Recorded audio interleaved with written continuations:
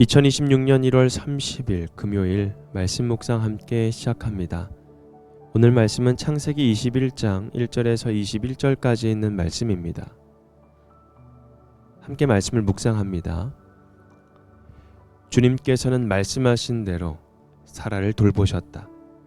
사라에게 약속하신 것을 주님께서 그대로 이루시니 사라가 임신하였고 하나님이 아브라함에게 약속하신 바로 그때가 되니 사라와 늙은 아브라함 사이에서 아들이 태어났다.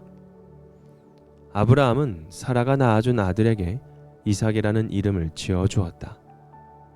이삭이 태어난 지 8해 만에 아브라함은 하나님이 분부하신 대로 그 아기에게 할례를 베풀었다. 아브라함이 아들 이삭을 보았을 때에 그의 나이는 100살이었다. 사라가 혼자서 말하였다. 하나님이 나에게 웃음을 주셨구나. 나와 같은 늙은이가 아들을 낳았다고 하면 듣는 사람마다 나처럼 웃지 않을 수 없겠지. 그는 말을 계속하였다.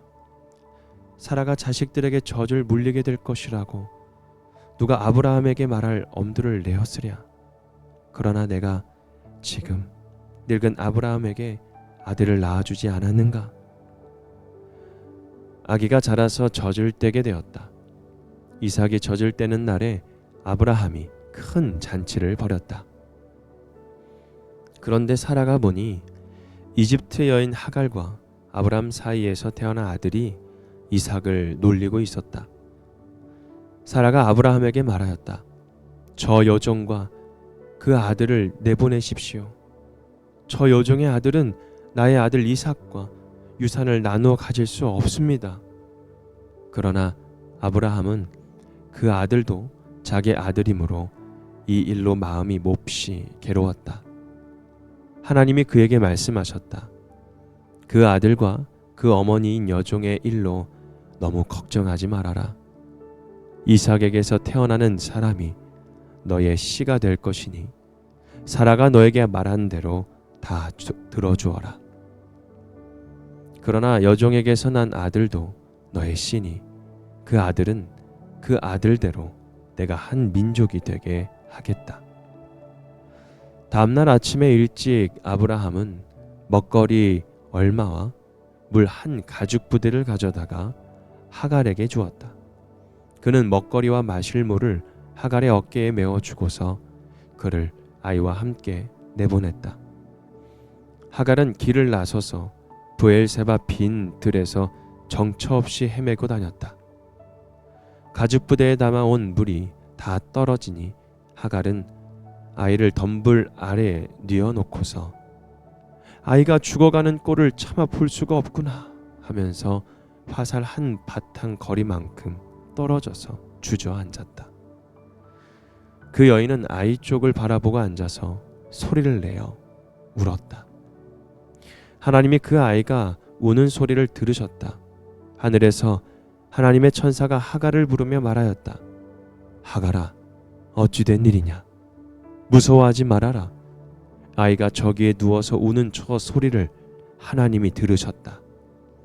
아이를 안아 일으키고 달래어라. 내가 저 아이에게서 큰 민족이 나오게 하겠다. 하나님이 하갈의 눈을 밝히시니 하갈이 샘을 발견하고 가서 가죽 부대에 물을 담아다가 아이에게 먹였다. 그 아이가 자라는 동안에 하나님이 그 아이와 늘 함께 계시면서 돌보셨다. 그는 광야에 살면서 활을 쏘는 사람이 되었다.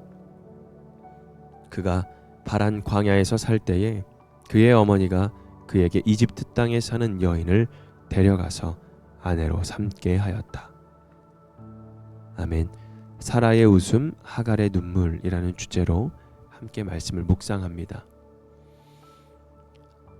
오늘 주제가 사라의 웃음과 하갈의 눈물인데 또 다른 부주제로 함께 말하자면 같은 하나님 그리고 다른 자리입니다. 하나님은 웃음의 자리에도 눈물의 자리에도 주님은 항상 함께 하십니다. 우리는 종종 이렇게 생각합니다.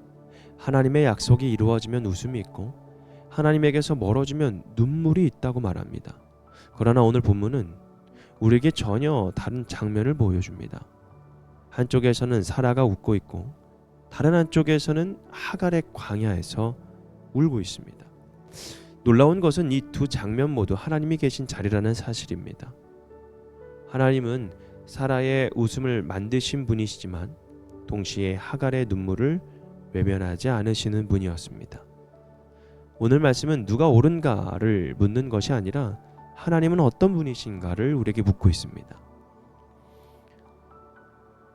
약속은 지체되었던 것 같지만 약속은 변하지 않는 그 하나님의 모습을 우리가 발견할 수 있습니다.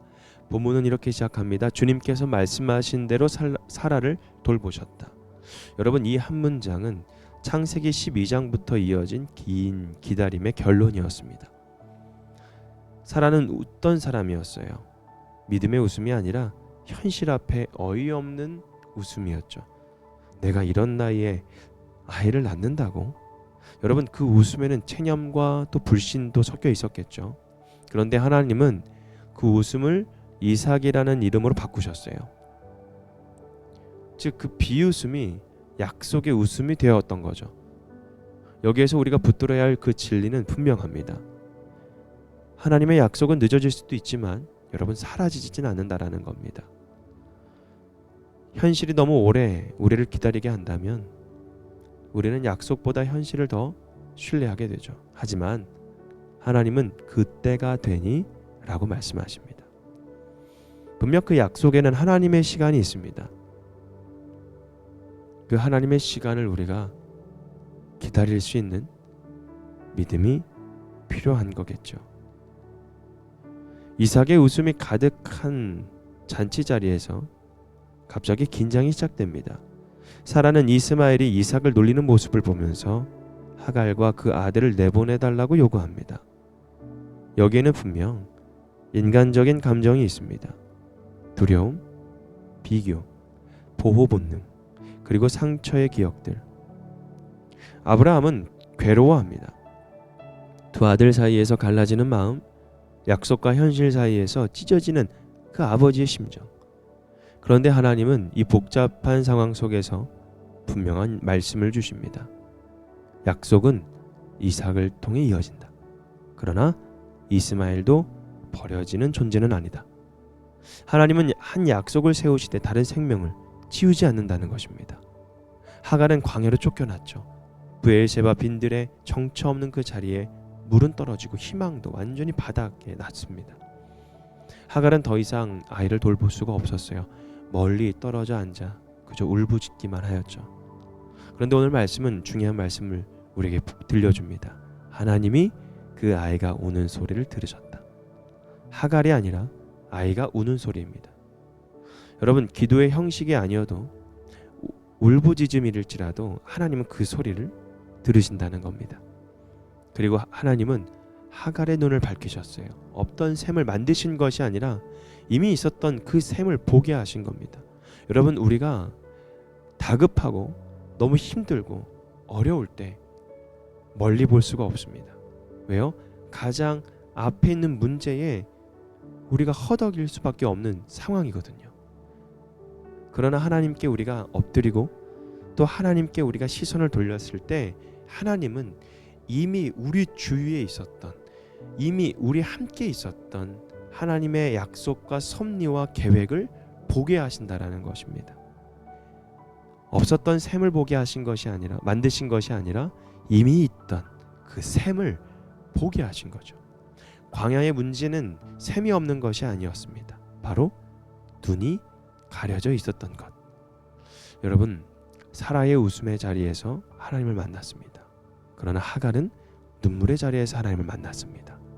중요한 것은 자리의 차이가 아닙니다. 그 자리에도 하나님이 계셨다라는 사실입니다. 오늘 우리 중에 누군가는 오랜 기다림 끝에 웃을 수 있고요. 누군가는 이해할 수 없는 상황 속에서 여전히 그 광야를 걷고 있을지도 모릅니다. 그러나 오늘 본문 말씀은 이렇게 말씀하십니다. 하나님의 약속은 분명 이루시는 분이다. 그러나 하나님은 버려진 듯 보이는 그런 눈물과 광야에서의 외침은 절대로 버리지 않으시고 보시고 듣는 분이시다는 것입니다. 같은 자리 하나님이지만 또 같은 하나님이시지만 다른 자리에 늘 언제나 동일한 은혜를 주신다라는 겁니다. 사랑하는 성도 여러분, 지금 나는 웃음의 자리입니까? 눈물의 자리입니까? 만약 광야에 있다면 하나님이 이미 준비하신 그 샘을 보지 못하고 있는 것은 아닐까? 우리의 시선이 온전히 하나님께 있는 복된 하나님의 자녀가 되기를 주님의 이름으로 축복합니다. 약속의 웃음뿐만 아니라 광야의 눈물 속에서도 살아계시는 하나님을 믿는 저와 여러분이 되기를 주님의 이름으로 축복합니다. 오늘 말씀 묵상 마치겠습니다.